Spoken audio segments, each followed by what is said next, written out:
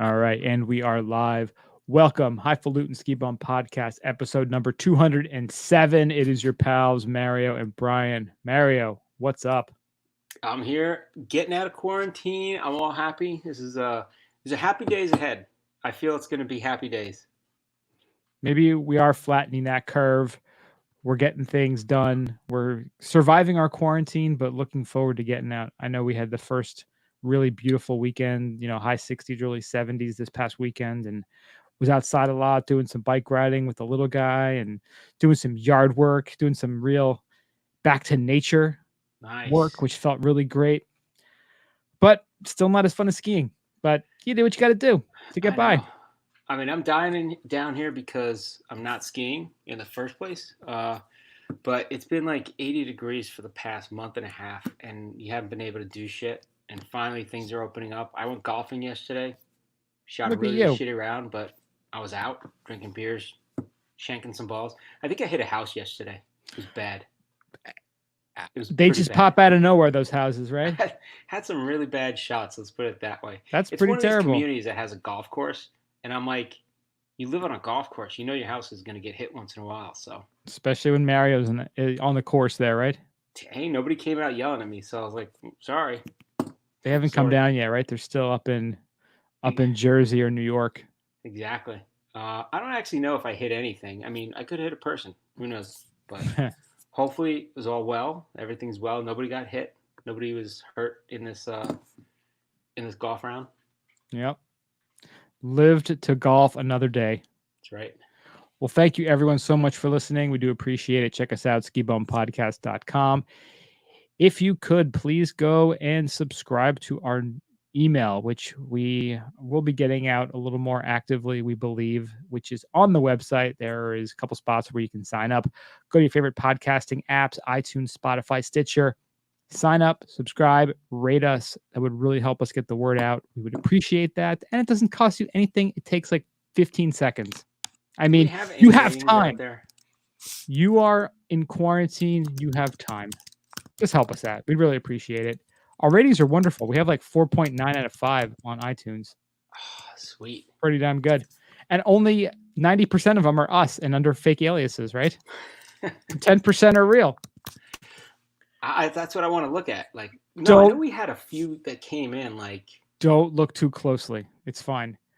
Check us out yeah. on the socials, Twitter, Instagram, Facebook. We are at Ski Bum Podcast. Damn, there's the old logo there. Dude, I'm still trying to fix that. I don't know what's It going is on with the like old it is like a logo. plague. It just kind of follows us around. On the phone, if you're on the actual podcast app for That's the new Apple, one, it right? works though. It's the new one. But for some reason, when you go to iTunes on the web, it shows the old logo. I like it. I like the throwback. I haven't seen that logo in a while, and I want to. We Yeah. got to bring it back. Nah, the old logo is just it's too It was a corny. creation of that's how the inception of this whole experiment started. It had its time. That's for sure. It had its time. It was Yes. from a different era, and now we've moved on and evolved. Which, hey, I'm glad it existed. It gave us a platform, but we I had to think we move got to past have it. some logo gear with it on as a throwback once in a while. Every once in a while, pepper it in there. We'll get some like half tees from like the '80s. And we'll put that logo Oh, on there, right? even better. We get the Yeah. onesie ski suit where the '80s throwback. We're doing that logo all over, It could be like cool to checkered. do as a pattern. Yeah, Yeah, that logo works as a pattern. We could do that. that is a checkered pattern. Is really pretty Speaking sharp. of stuff, you can go to skibumpodcast.com/shop and get some stuff. We have a Dude, we got couple of 36 ratings. see, we ask people if they will go and rate us, and people are doing it. So it's really been helping us. That keeps boosting our note. What's the word? Our our ranking, our notoriety, or Yeah, something. It boosts it. So it boosts something. it boosts something. Something. Hey, they're all almost 5 stars. It turns up the boost juice. So if you could do that, it would really help us out. So thank Yeah, you one in person gave advance. us a 4 star. I respect. You know what? I At least they're respect that. trying to keep the upper limit free, so But that that's all keeps right. but you know what? That keeps us honest too. We don't want people to all give us 5 stars and think we're so amazing. We need to be cut back down to reality sometimes. I So here respect that. they loved the content. The production values could be improved. Otherwise, solid podcast. I will say there was a certain string of podcasts that I was editing them. We were working And out the kinks. well, the problem was the stuff that I was editing out, I was saving as the original. So there was all kinds of the stuff that I was cutting out was staying in. Oh, So nice. when we'd be like, "Hey, I'm going for a bathroom break," and we did the like dead air for like 5 minutes, that was left in there. I'm like, Oops. "Ugh," Oopsie. because the software that I was using, I didn't understand what I was doing. So I've learned my lesson, trying to not do that anymore, jacking up the production value, and hopefully it's better now. Mr. 4 out of 5 stars. I want you to go back in there and I want you to re-listen and I want you to give us a new rating. That's right. What do you think? How are we doing now? Have we So my improved? favorite is Bum Savants, a magical meandering through ski beer and the world writ large.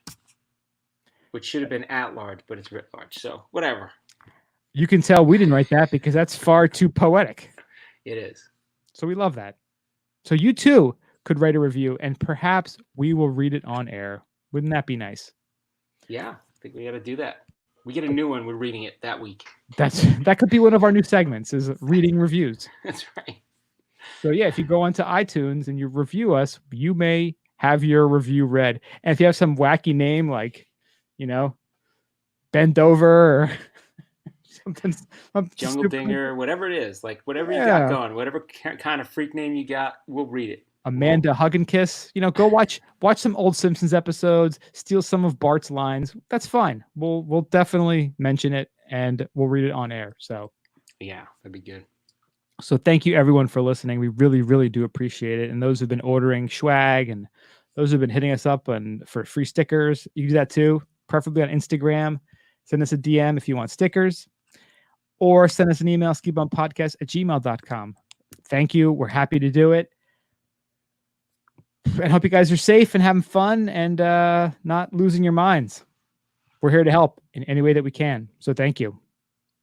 So Mario, let's kick this thing off the way we always do. Good old Operate Today. Operate Today style. You know how we help?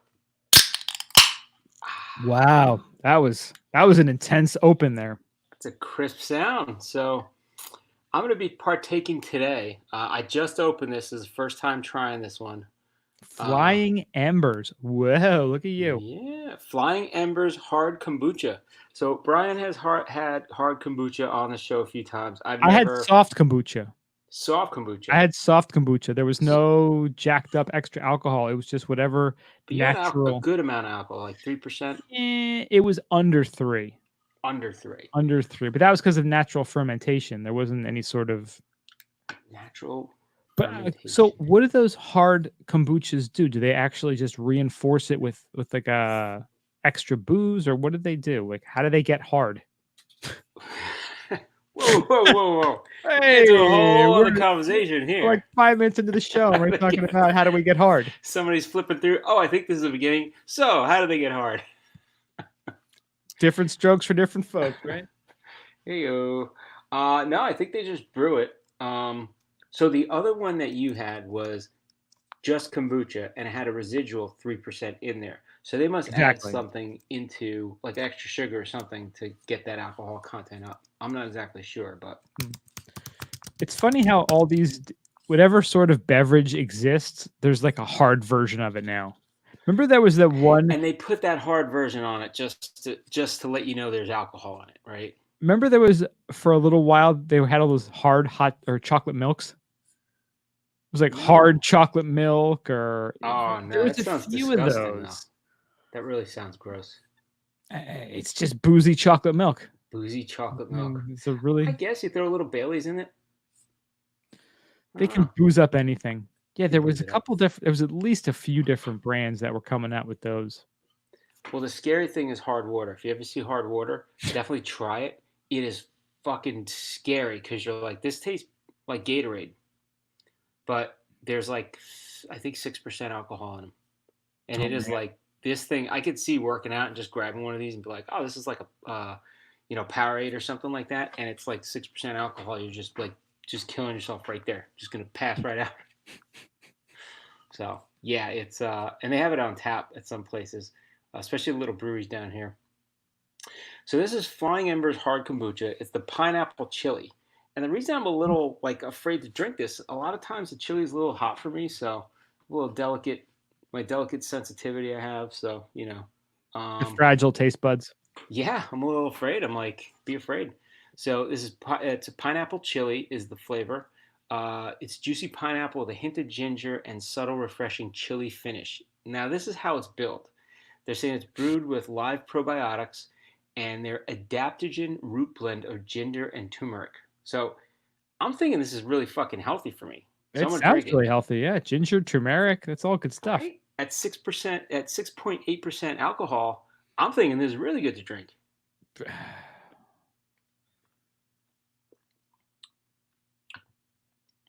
Wow, this is actually really good. Oh, Okay, so on the front, I taste a lot more pineapple and then a hint of chili. And then on the finish, I'm getting that ginger and a little bit more chili, but it's not too hot. It's really good. It actually tastes more gingery than chili because you know how ginger gets that hot, like that very potent hot flavor. yeah. I'm thinking, but it's not overpowering. I tell you, this is really balanced. You still get that pineapple throughout. Um, yeah, I'm liking this. This is pretty good. Wow. I'm actually very intrigued now and want to check this out. Because I usually hate stuff with chili because it's like chili overpowers a lot of stuff, you know. Yeah, it So, really but depends on the brewer or whatever yeah, whoever makes kombucha. I don't know if they're a brewer or a, yeah, they brew it, a right? witch. I don't know who A what kind of witch. person. Like mixologist, like who actually makes kombucha? Like, do they It have some sounds sort of like a witch formal would do it, title? or a warlock, right? A Um, warlock, yeah. A but paladin. they have a bunch of cool looking flavors. Now, after having this one, I think I would try the other flavors because they have some cool sounding ones. They have ancient berry, they have ginger and oak, lemon orchard. It's probably all lemon. Black cherry, which is probably going to be like, I'm probably going to get Melanie to try this because she loves those black That's a cherry and seven white point claws. two. Wow, the black cherry. Yeah, that's one of those that she'll have Holy two of cow. those and just face in the sand kind of thing. And then the other one, I usually don't like grapefruit, but I like thyme. They have grapefruit thyme. So, Yeah, this stuff, they have some really interesting flavors. And they have a subscription plan, it looks like, too, where you can just have it sent to you oh, occasionally, this is as long nice. as you are not in the communist states. You can't get it in Jersey. It You says can't get it in California, Nevada, Jersey. DC. What's MT? Montana? Montana, North Dakota, Nebraska, and DC are the only places you can get it. Goddamn North Dakota can get it, and we can't get it. Hey, I got it in Tampa here at a Publix. Well, So, that's just their subscription. You can't get the subscription. yeah. But if they're carrying it at, Publix is a pretty big chain. So, if they carry it there, you might have a chance of finding it. So, I gotta say, I'm very impressed. I'm liking this one. Damn, I made you send me a case or so of it. Yeah, see if you can get it. If not, I'm shipping some up. Oh, there's places around here me that have it. Yeah. Oh, cool. Whole Foods has it. A couple liquor stores nearby. All right, it's no big deal. So I should be able to find this stuff.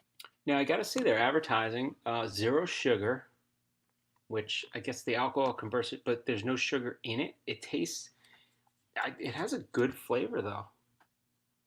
Zero sugar, zero carbs, vegan, gluten free, 115 calories.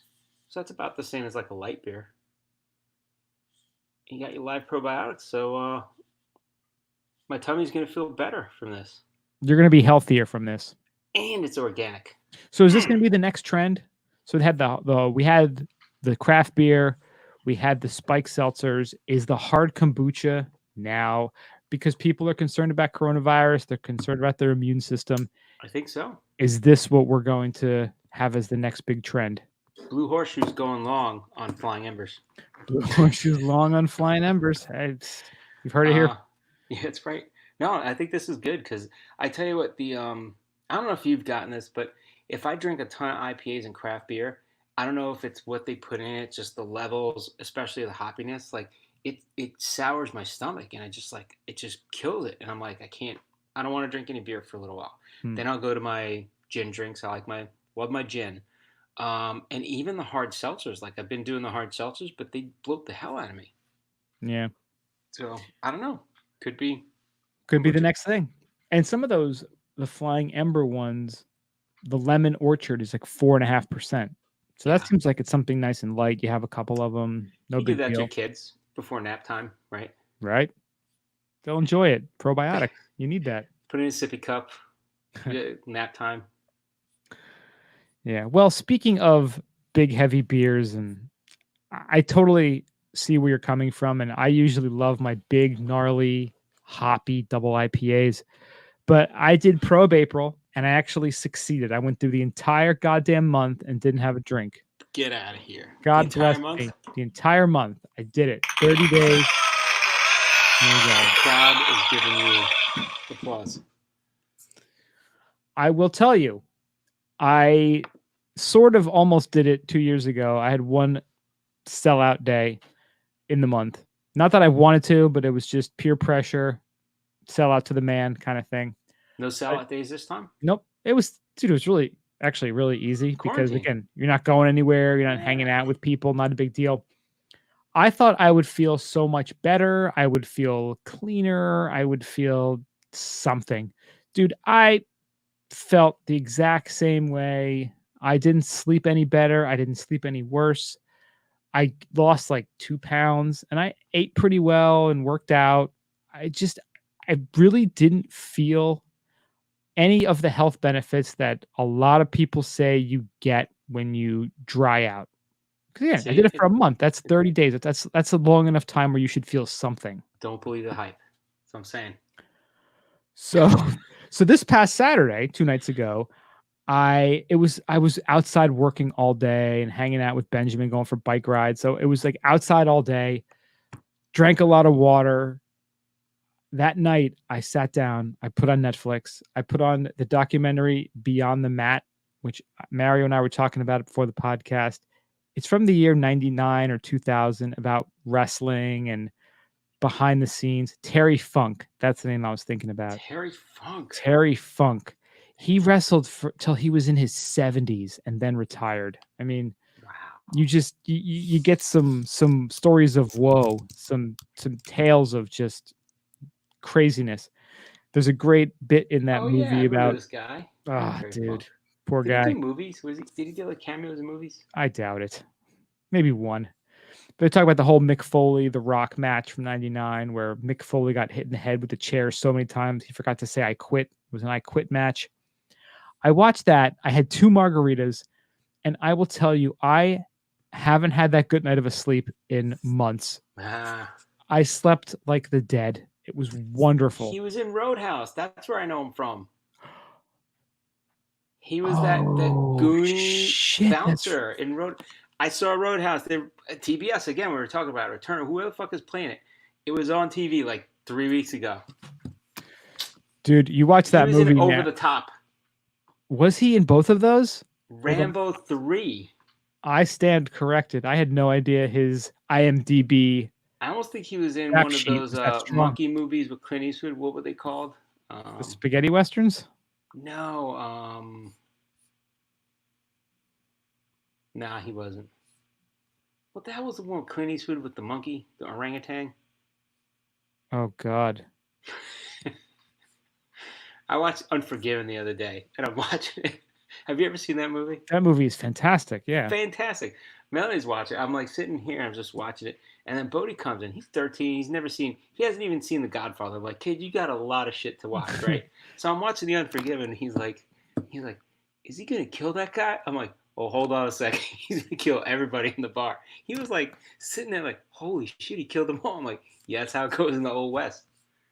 So Every which way but loose. Every which way but loose. That's what it was. That's the monkey one. The monkey one. Yeah. He was in Friday Night Lights. Yeah, so. He was in Friday Night Lights? Terry Funk? Terry Funk. Let's see who he was in Friday Night Lights. Dude, I had no idea Terry Funk's IMDb was so stacked. I know. I completely stand corrected. I had no idea. Let's see, cast Terry Funk. Where is he? But that poor bastard, I mean, you see him at like 56 years old and he's getting, he's jumping off of ladders and just. Keeping it real. Oof. I get keeping it real is good, but there's a point where it's just like, bro, I just want to like hang it up or take a few months off. And They talk about in those movies, like when you're a WWF wrestler, you can't take breaks. You're not allowed. That's You wild. just have to go, go, go. It's nuts. But yeah, I mean, it was an interesting documentary, but those margaritas really hit the spot. So after that, I had a beer yesterday and I had a Heineken Light. Now, Oh, Heine Lights.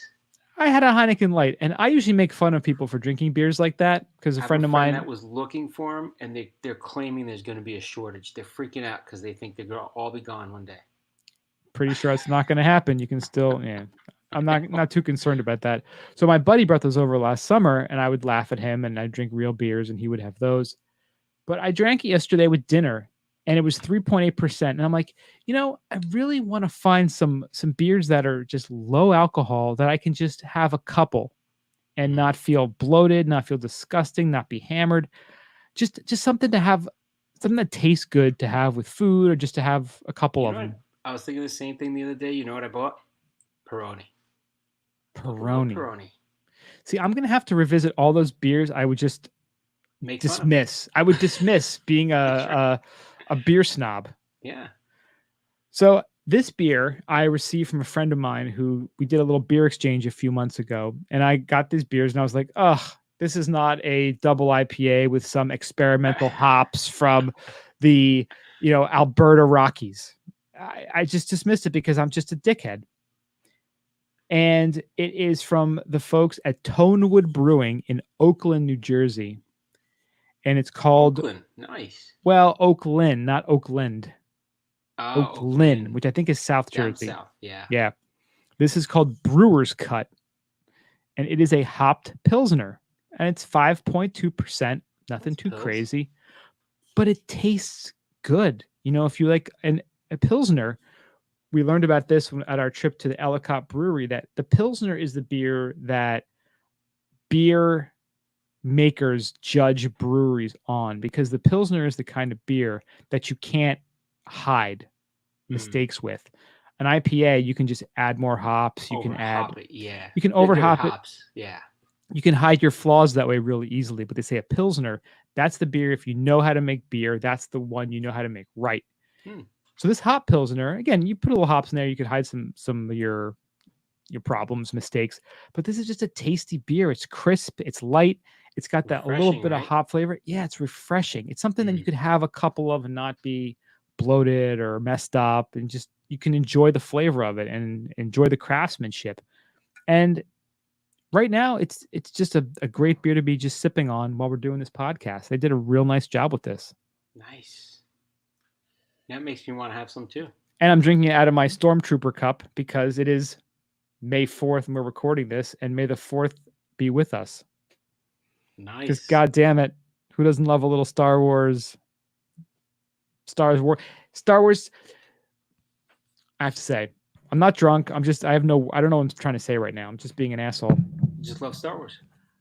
I used to love Star Wars as After a kid. 8 movies, other series, renditions, merchandise, like it's jumped the shark a long time ago. It's just been so castrated and watered down, and like these last 3, like the first one, like it was, you had that hype, like, oh, this is actually pretty good. Then I remember seeing it in the theater, being like, this was actually really good. And then you kind of took a step back and you thought about it a bit, and you're saying to yourself, this is the same movie as A New Hope. This is the same movie, just kind of massaged to the current politically correct, terms and well, now it's with a ton of cameos too, and it's like everybody that's somebody wants to be in the movie, and it's like, all right, I don't want to see another cameo. I just want to see a fucking movie. How about that? There's the cameos, and there's kind of that stupid humor, that sort of like ironic humor that was never in the originals, that just seems forced and out of place. Yeah. I haven't even seen the last one, the Rise of Skywalker. I just watched the one before, The Last Jedi. Watched it a few weeks ago. I saw half of that, and I just lost interest. And some of those scenes with Luke and whatever her name is, Daisy, Riley, whatever her, Ray. Right. It seemed so just like they're pushing a political agenda. It's like, I want to watch fucking Star Wars. I don't want politics. I don't want political correctness. I don't want this Me Too in my Star Wars. Me Too Star Wars. I just want to watch a bunch Me of Too D2. aliens and robots blowing each other up. Me Too D2 Star Wars. There you go. That's a perfect. Me Too D2. I love it. So what killed me was like when they were showing Darth Vader as he's growing up, and he's sitting there bawling his eyes out because of some bullshit in the first time when we get to see, Darth Vader. I'm like, this is not the same guy that was choking people out with his mind, going like in Empire Strikes Back. I just can't even believe it. It was just totally just not what I expected, and I don't know. They really just took something pure evil, and they made it all just tried to humanize it. I don't want to humanize it. He's a villain. He's a really bad villain. Sometimes you want to leave things at a surface level. Exactly. I will say though, Rogue One was fantastic though. I don't know if you watched that one. Rogue One, I did. That was so good. That could compete. compete. Darth Vader was crying though. That's why I was like, what? No, he wasn't even in that one. Was it? Maybe I didn't see Rogue. I don't know. They all blend in. Rogue One was the one that was independent of any of the trilogies. It was sort of what took place before A New Hope. Oh, I didn't see that one then. It was actually really good. I don't know. There's so many now.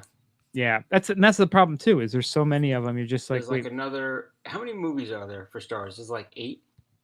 So the 3 original ones, and then there's like another. Well, there's the original, like another 5. There's the original 3. There's the shitty Jar Jar trilogy. Oh my that God, was supposed to be before that. I don't consider the Jar Jar. Anything with Jar Jar Binks, which I will almost invalidate, which was 3, which was which one was the third one? The real third. Return of the Jedi. Return of Jedi. That was with the Ewoks and Jar Jar Ewoks. Binks. There was no Jar Jar Binks. There was definitely Ewoks though. Where was Jar Jar Binks? He was from the new that second trilogy section. Yeah. The Anakin ones you're talking about, where Anakin was growing up and we got to see him. I rewatched the Ewok one not too long ago, and I was like, that was a stretch for getting me to be like, this movie's a little bullshit too. Little teddy bears running around. It worked, but I was like, they were just coming close to that marketing limit that I have for watching something. Yeah, I'm still pro Ewok. I can't shake that out of my system. They got close, and then they went to Jar Jar Binks, and I was like, oh, come on. But they showed some Ewoks dying. If there was no Ewoks dying, that'd be one thing. But there was Ewoks dying. Little guys. Yeah, they were little hustlers. They were hustlers. They were hustlers, man. Baby. Yeah, they were just chucking rocks. They were getting it done. Yeah. They were on the border, but I still liked them because I like the little teddy bear guys. They were good. Yeah, they were cool. Jar Jar Binks I wanted to punch him in the face. Nobody liked it. It was just overly CGI'd. They took good actors and made them terrible actors. They, for some reason, got that guy to play Anakin who was awful. That whole initial trilogy was just, well, the second trilogy was a joke. It was just.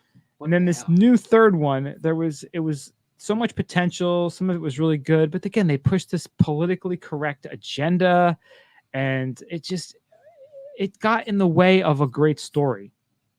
But it's funny. So, Bodie around here, he wasn't into Harry Potter, wasn't into Star Wars. So we started watching Harry Potter because I'm like, you don't watch Harry Potter? Like Harry Potter did a good job with those, right? Mm-hmm. So we started watching it, and then I'm like, I don't want to rent these anymore. My sister had the thing, so I got the set from her. So we're watching him, and he got really into it. He's like, hey, this is really pretty good. Star Wars, he doesn't even want to have anything to do with it. I'm like, all right, whatever. He got asked a question today for school. Like, this is the level that school has been. They were asking him, like, what their favorite stuff is. And they're like, what's your favorite Star Wars movie? He's like, none. I haven't seen them. This is pretty funny. Yeah, so they're saying there's at least 7. Oh, yeah. Well, there's the 3 trilogies. And then there's, like, the Han Solo movie. Oh, and then they have The Mandalorian. Rogue One. Where does it end?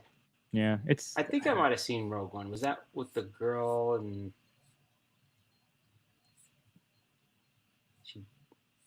she died at the end of that? It was, I don't even know. It all yeah. blends together. Again, it's tough when you have a real life and real issues, and you're trying to go skiing. You kind of just forget things like this. So I got to this site and they're like, here's the Star Wars movies the way they were released. Then there's the chronological version of the same movies.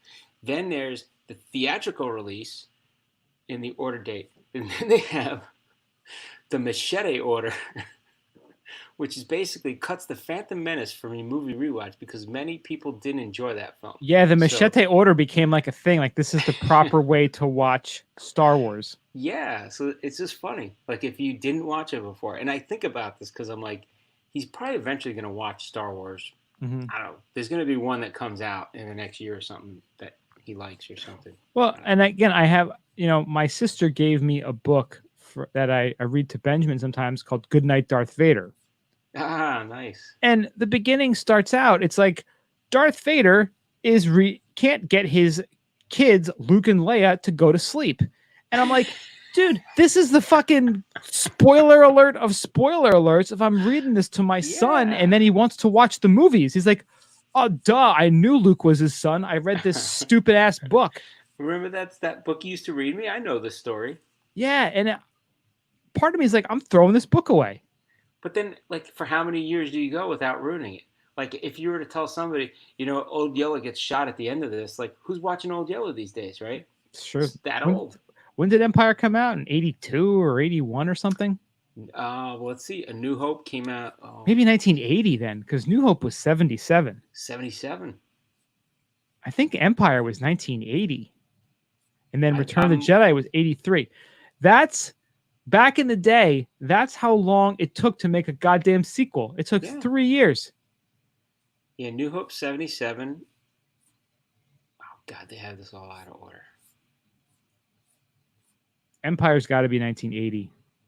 Okay, 1980 was Empire. Okay. And 83 Return of the Jedi. 83 was Return of the Jedi. There you go. 3 years between movies. God damn it. That's a long time.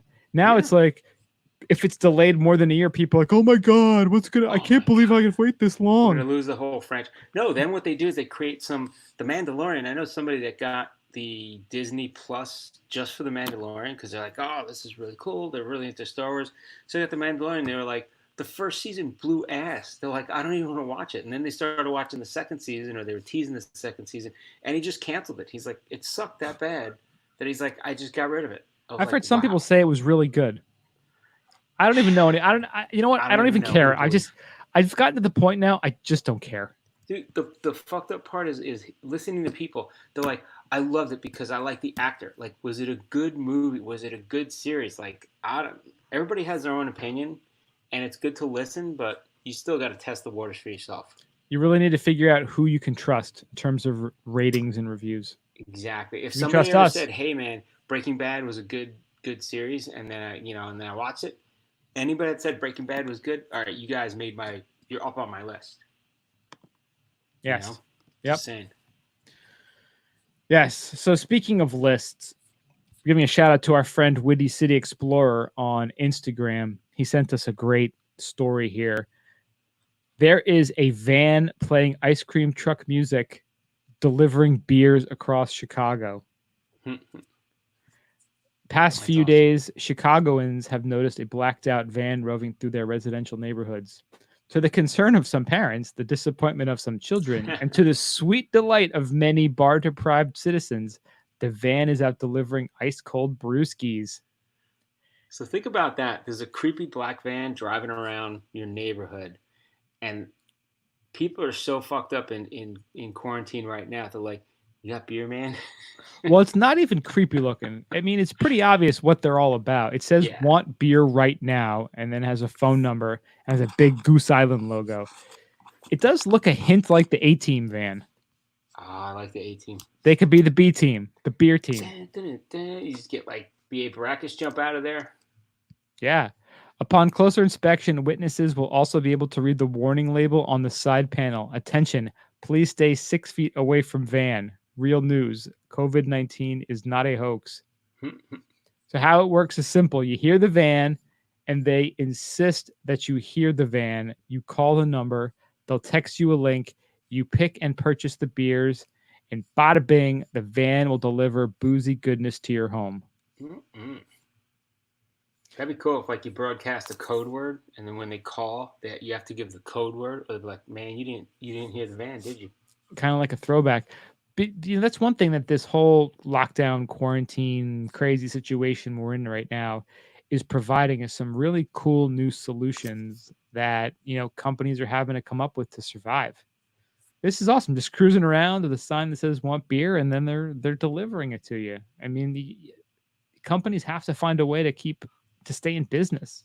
Yeah, I think this coronavirus, as bad as it is, and doing quarantine, it's opening our minds and our eyes to a lot of things that we were closed to, because we were sure that this is how things worked and this is how things had to be, and now things got turned upside down, and I think it's going to be good in the long run. It's of course, nobody wants to be quarantined, nobody wants COVID, nobody wants to get sick, but I'm just saying, like, the stuff we have to go through, it's going to be hard on the economy, but I think in the long run it'll shake out to be, we'll get through it. I think We'll of get through it. realizing what we value, what we take for granted, Yeah, all the wonderful things that we had that we all just took for granted.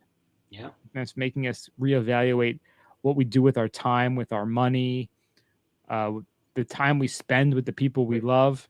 where you live, what you do, where you want to be. I Hmm. mean, it's going to be a big factor out of this. Yeah, yeah, for sure. Um, So hopefully we yeah. can at least take that away from this whole crazy situation. Alcohol delivery. I Alcohol always wanted delivery. alcohol delivery. Now it's going to be a common thing. Why wouldn't Yeah, you? Why wouldn't it be more common, right? it's true. The I'm glad it's phoenix, more common now. the phoenix rising from the ashes of COVID. That's right. Right. Alcohol delivery everywhere. There you go. All right, cool. So that wraps up the old app rate today. And now And we're going to luck take a ride. Where are we taking a ride? the good old gondola. It's open. It's It's open this open. week. It's out of quarantine again. That's right. So this story is Massachusetts medical marijuana registration spike 245%. So there's a record-shattering number of Massachusetts residents that obtained medical marijuana cards over the past month. I'm thinking this is because no people had time on their hand, like, hey, let me get a medical marijuana thing. Um, so from Friday, March 3rd to April 21st, 7,235 new patients obtained doctor's recommendation and registered with the state's medical marijuana program. Um, wow, that's incredible. Well, the problem is that the governor decided that recreational cannabis stores were non-essential. Right. So people are like, people who were Wait a say, minute. yeah, people who were originally saying, why get a medical card when it's legal? I can just go up and get it, are now going, uh-oh, if it's not essential, but the Right. medical dispensaries are going to stay open, I got to get my card. Which is interesting, right? So Massachusetts was going to close them. Like all the other states, like kept it open for the most part, right? A bunch of them deemed it essential, but yeah, for some reason, Wow. goddamn Puritan Massachusetts had to shut down the recreational. Wow, that's crazy. Yeah. So the increase doesn't inspire me. We've always believed that more than a majority of recreational customers are using cannabis for medical needs such as anxiety, pain relief, and sleep disorders, which is the president of Commonwealth Dispensary Association. He said that's in direct relation to the recreational shutdown. There's a direct relation to that. So, um, yeah. So I think like that's what they say in here. They're saying it's the recreational revenue, and all of a sudden people were like, "Hey, need to make sure it stays around." So, Well, it sucks. They say that most the recreational sales were like 80 to 85% of revenue. but how do you shut it down, right? So you've classified it as medically legal in your state. So you've by making it medical, you've classified that there's a need medically for it. So how do you shut it down, saying it's non-essential? Well, the medical part is still essential. It's just the recreational part they're deeming not essential. Yeah, but that's like saying we're gonna we're going to sell codeine, but we're not going to sell aspirin. Yeah, it's totally semantics. It's just pretty silly. So because something's over the counter, oh, we're going to lock down the over the counter part, but you could still go to the pharmacy. Well, they don't sell regular aspirin in the pharmacy because it's a regular over the counter drug. Well, but that's not essential. I mean, Yeah. No, it's gross what they did. They you can tell that this governor really wanted to keep it illegal, but the people voted for it. They pushed it out as long as they could to keep the sales illegal. oh yeah, They they kept finally went dragging it along, right? they kept dragging it for a year and a half. It was Fuckers. bullshit. Actually, it was almost 2 years from the day they actually was it 3 years cuz I think they voted it in I think they voted in. It 2016. was supposed to go in the summer. Then they pushed it to the next year, and then I think they pushed it. I think it was like they pushed it like a whole year and a half or something. At least, yeah. I think it was At supposed to be like a least, January thing, and then it went to the summer, and then the stores didn't actually open until November. right. And then they only gave a few stores, and then it was like this whole bullshit of like slowing things. I think it was 2018. They voted it in 2016. It didn't actually come online until 2 years later. Mm.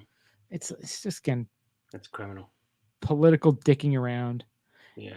and yeah, to make these people get their medical cards just so they can actually get their legal But liquor cannabis, which stores is are stupid.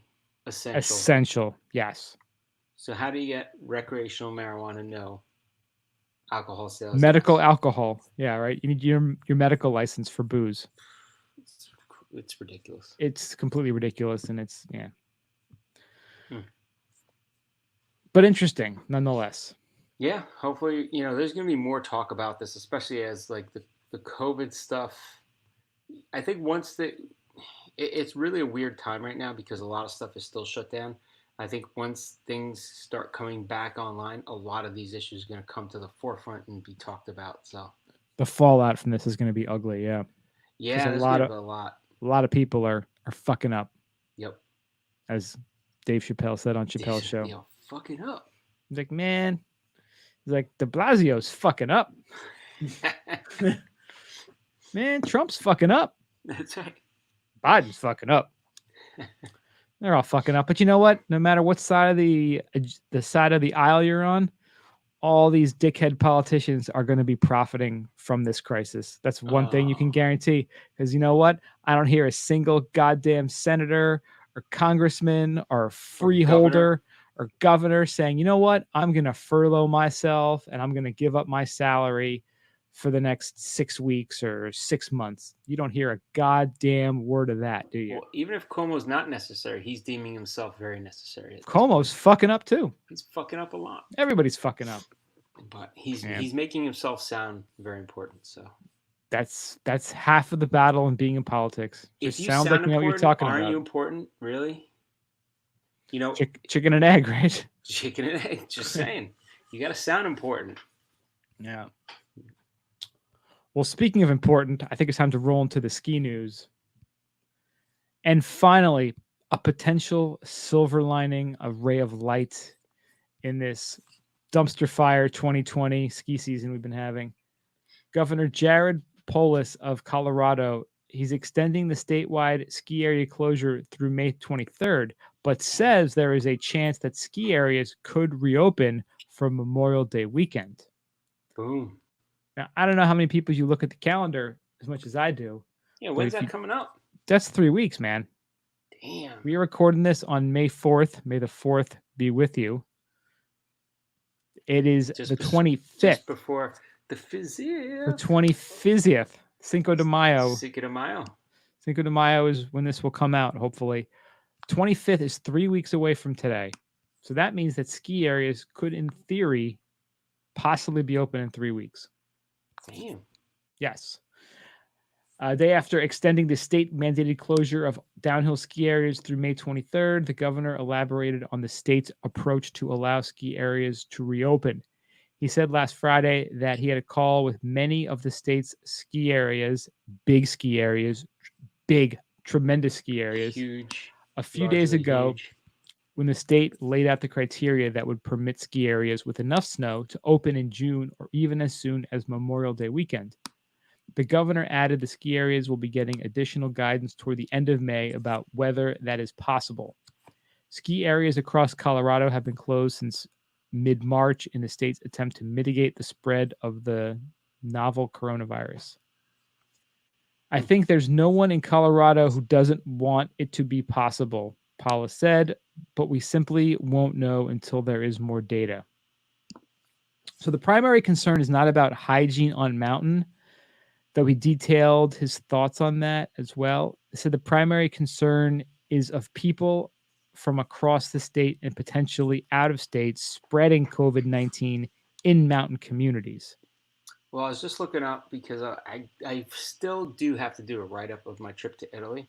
So I was actually looking at a whole thing about Italy, northern Italy, and how they were blasted with Corona. And they're saying it's just so many people coming from around the world, and they're particularly saying because they had a lot of visitors from China at the time, which is where it was like I guess started but unregulated, and they were still letting people travel. And they think that's why it just plumed up, and they were tracking people. It's just crazy how they're starting to backtrack and track people. So I can imagine that's one of the biggest concerns. But I gotta imagine there's concerns for people, workers, especially if they get these the EB. What is it? The workers from the from other countries on the It was like EB5, something like that. the work visas. Yeah. The work visa, the whole work visa program. So I wonder if there's a little bit of that in there, or it's just travel. I mean, there's travel bans all over too. Yeah. I mean, I'm wondering what countries are still traveling right now. Oh, my coworker, she just flew from New York to Chicago and said that the airports were totally packed. Really? So Yeah. LaGuardia was not bad. Said O'Hare was, you couldn't even tell something was going on. It was just that crowded. They shut down a lot of routes though, so we True. watch it very carefully because Melanie retired from an airline, and we still get travel benefits. There's still a lot of like travel that's just totally shut down. A lot of the companies furloughed their people. Yeah. So yeah, it's crowded because there's less less places to go, I guess. So what they're saying in terms of precautions for skiers on mountain, they said that governmental entities are considering the following measures: a cap on the number of skiers, a cap on people on a chairlift, mandated face coverings, tee times to ski at certain times. Nice. I like that. We got a 10 o'clock ski time, so you could sleep and just wake up for your 10 o'clock time. Show up. But you need a tee time. You need a Yeah, it sucks. reservation for how long you can ski. Yeah, it sucks. Distancing within lift lines and locals only openings. See, well, I really think it should just go by the acreage of the ski area and be like, this is how many people we can have. Limit the number of tickets. Boom, you're out. You're done. Yeah. Maybe not pack 8 people on a lift or 6 people on a lift. Put down a force. Yeah. Yeah, we're gonna see what's happening, but there is a potential to actually get skiing again in the next month, which would be awesome. I really haven't been keeping tabs on snowpack in places, but it seems like certain places in Colorado do have some decent snow. So, hey, it is possible. Well, I would wonder too, right? So they open back up and they do all these controls for people, like crowds. I wonder how many people are going to go, right? Because think about it this way: kids are working, doing school from home right now. A lot of places are doing it for the rest of the year. So even if you can get away, finding childcare is going to be like a tough thing unless you're bringing the kids, right? So there's a lot of other things that are involved. Like there's a lot of a lot of other things to consider. Like I don't know if they're going to get as many travelers. Maybe it's going to be mostly locals, so it might not be as many people to worry about in the first place, right? Also, too, how many people can they get on the mountain? Yeah. People to work there. If all the folks on those visas are back home down in Yeah. South America, they really need to make sure they have enough staff to have it. Well, it's going to depend how much staff they have. Is going to depend on how many amenities are going to be open at the resorts. Yeah, exactly. So it'll be interesting. Hmm. Do you want to switch? Let's switch the order. Do you want to do that Colorado recreational travel, Sure. which is the fourth one? The other one was depressing. I was like, I don't want to read that one. Yeah. All right, so next up we have Colorado recreational travel is limited to 10-mile radius from home, which includes skiing, hiking, and biking. So this is pretty wild because if you go on a bike ride even, you can't go more than 10 miles from your house. It's So I kind guess of you could do a creepy. loop. You want to do 50 miles, you got to do like a loop right around your house. But yeah, so part of this, oh, and they have the little cut of the advisory. So they're saying essential travel to within their country or residence or County. county of residence or employment as much as possible in recreational travel to no further than 10 miles from their residence. So, Is that just like an arbitrary number, though? They just made that up? Like, oh, 10 miles sounds good. they probably just did make that up and said, yeah, that's fine. Um, so I love how they phrase it, though. You made the sacrifice of staying at home for 32 days. I think you can make the sacrifice of going to your second or third favorite park for another month. Many of our communities that rely on tourism have had high viral count loads because of that tourism and just need more time where they need to get on their feet. We don't want you to go out to an area where you might get the virus because others are congregating there from across the state and other states. That's just weird. Like, It's very weird because, the next step is we're going to put a chip in you. We're going to track your phone. If you go outside of that 10-mile radius, we're going to, send you a warning or zap you or something. So I don't think it's going to get that way. But if you want to really play the, the creepy tingling Tinfoil feeling hat. on the back of your head, on the back of your neck, you could actually get a little freaky with this and say, because remember how they like Florida was saying, they were actually stopping people with out of state plates from Louisiana because New Orleans was crazy, New York, New Jersey because they all come down to Florida. I think it was Maine. The governor said they were going house to house, knocking on doors of seaside, well-known resort towns, and seeing if anybody was from New York, New Jersey, Connecticut, and telling them to leave. So you almost wonder, like, is this going to set up for like? And we actually even, spoke to somebody from Vermont, and they were like, people with out-of-state plates were getting a little bit of haze. Yeah. From being there, they were like, well, it's irresponsible for you to be here. Not knowing that people there on their, they own a home there or something like that. But you almost wonder if it's going to lead to, I'm sorry, we're not taking people from this state or from this county or, kind of segregating people within your state or state to state or we already had it region to region. So Yeah. And you know what? That's what they do actually. Granted, a different level. That's what they do in North Korea. If people are not praising the leader or they're not doing what they're supposed to be doing, people are incentivized to narc on those who are violating. wow, So violators. say your neighbor is not, worshiping Kim Jong Un statue for 4 hours a day. You as that neighbor calls that person out, you get rewarded for that. Wow. So that's the potential insane society that could develop if we allow this kind of nonsense to be done legally. Like if we allow the politicians to put these things in place and people follow them, that's what's going to happen. Is we're going to start creating this society where tattletales are incentivized. Yeah. Which is super dangerous. So we can get rid of racism, we can get rid of sexism, and now we're going to have regionism, or we're going to have, right? Like, it's kind of weird. Like, it's another way for people to fight, and I don't know. Yeah. Very strange. I don't know. This is a little bit creepy. I'm not a big fan of this, but I mean, I want people to be responsible and not be spreading the coronavirus, obviously, but this seems a little bit Orwellian, as they would say.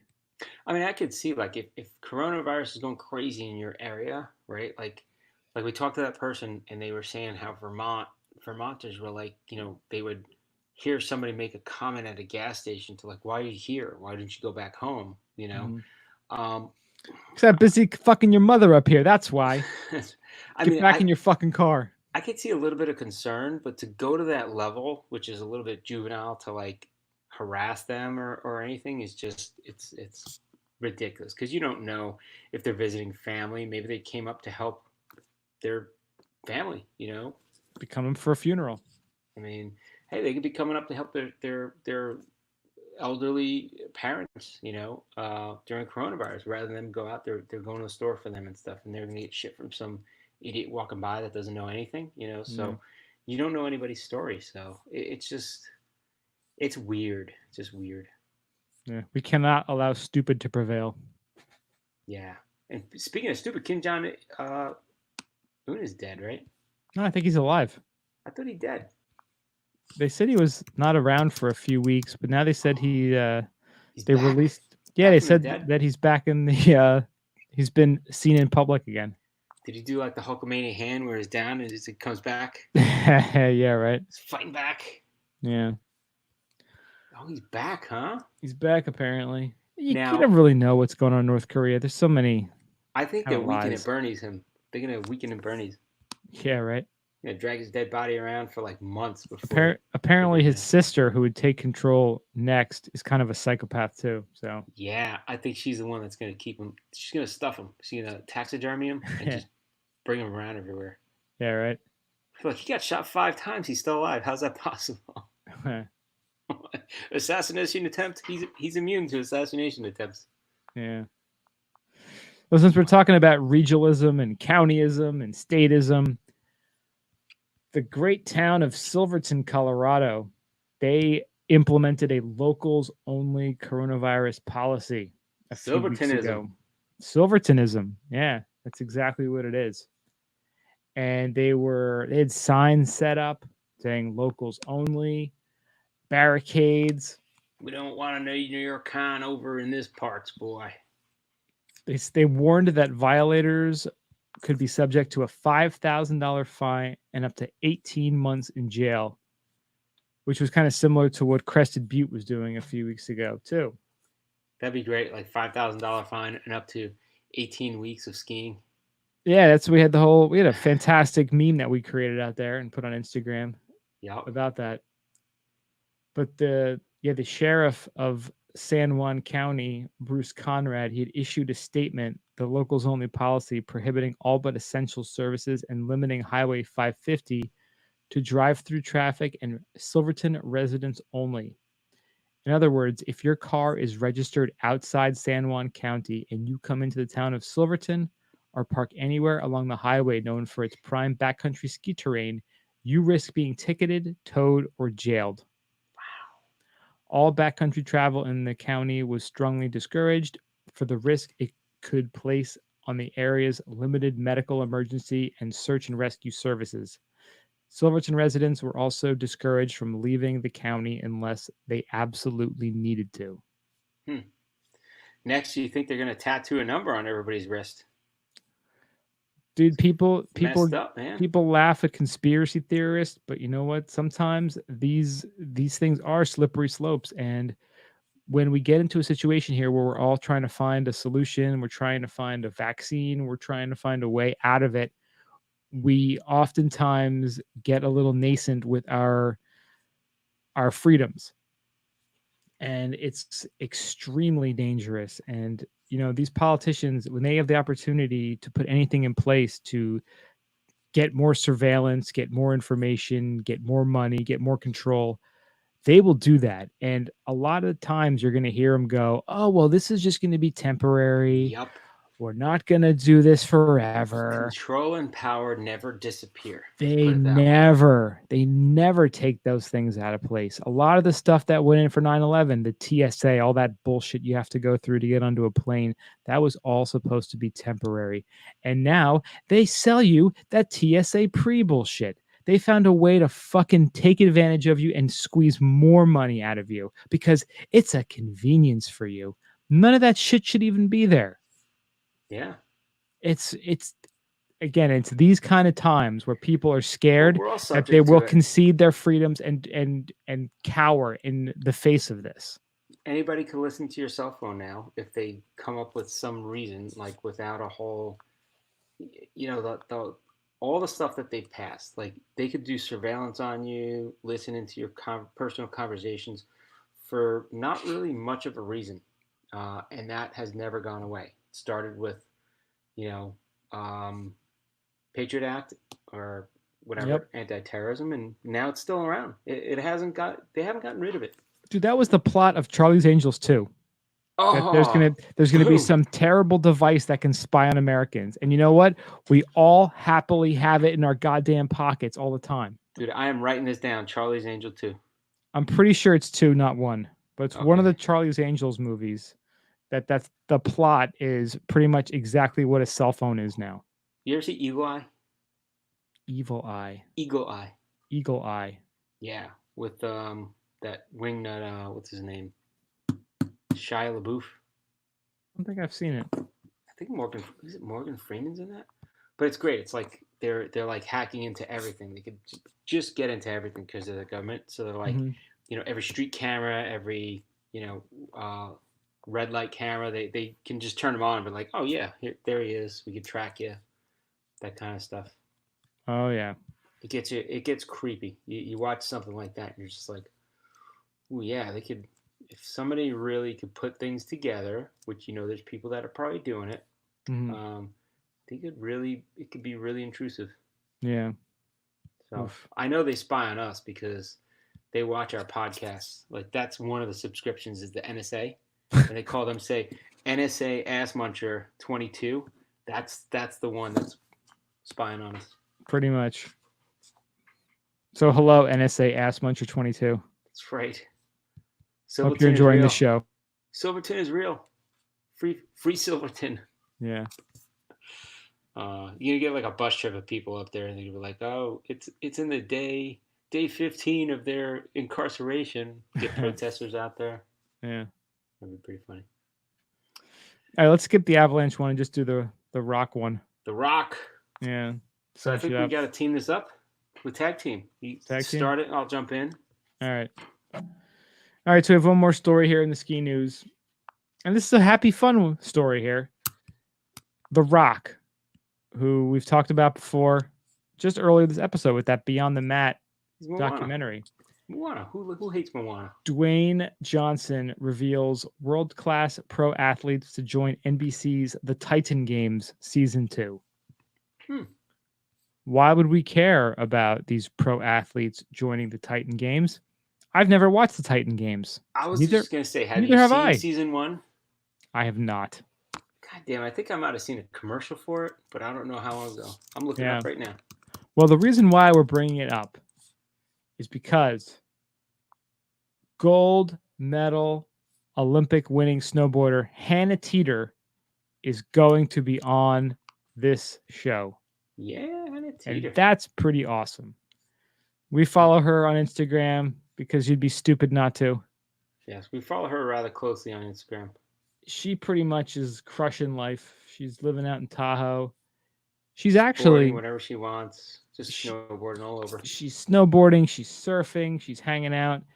She does a lot of surfing. Yeah, that's right. She does a lot of surfing. She is actually from Belmont, Vermont originally.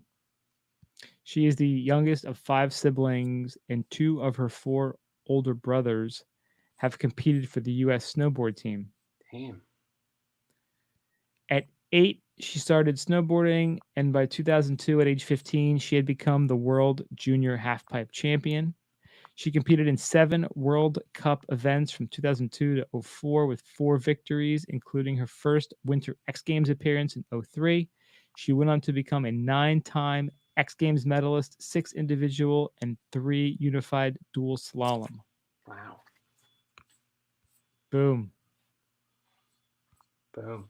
So this looks a little bit like American Gladiators, but I remember watching American Gladiators and I used to love it, but I never realized until watching some of the, they had throwback episodes on not too long ago, and I remember watching it, like, I never realized that most of the time the people that started competing would never finish because they'd like blow out their knees and stuff. Because you had these monster like gladiators and these people that thought they were badasses, and they were just like some dude that was pretty fit at their gym that thought, yeah, I could do whatever, I could take anything on, and they would get crushed. It was just pretty funny.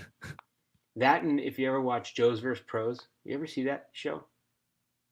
I've vaguely, I may have seen it just in passing or seen like a highlight, but I haven't actually watched That one's hilarious anything. because these guys talk, guys and girls would talk all this shit like, oh yeah, I used to be an athlete in high school and I did this and I did that. And like, so you're going to go up against like Ronnie Lott and catch a football.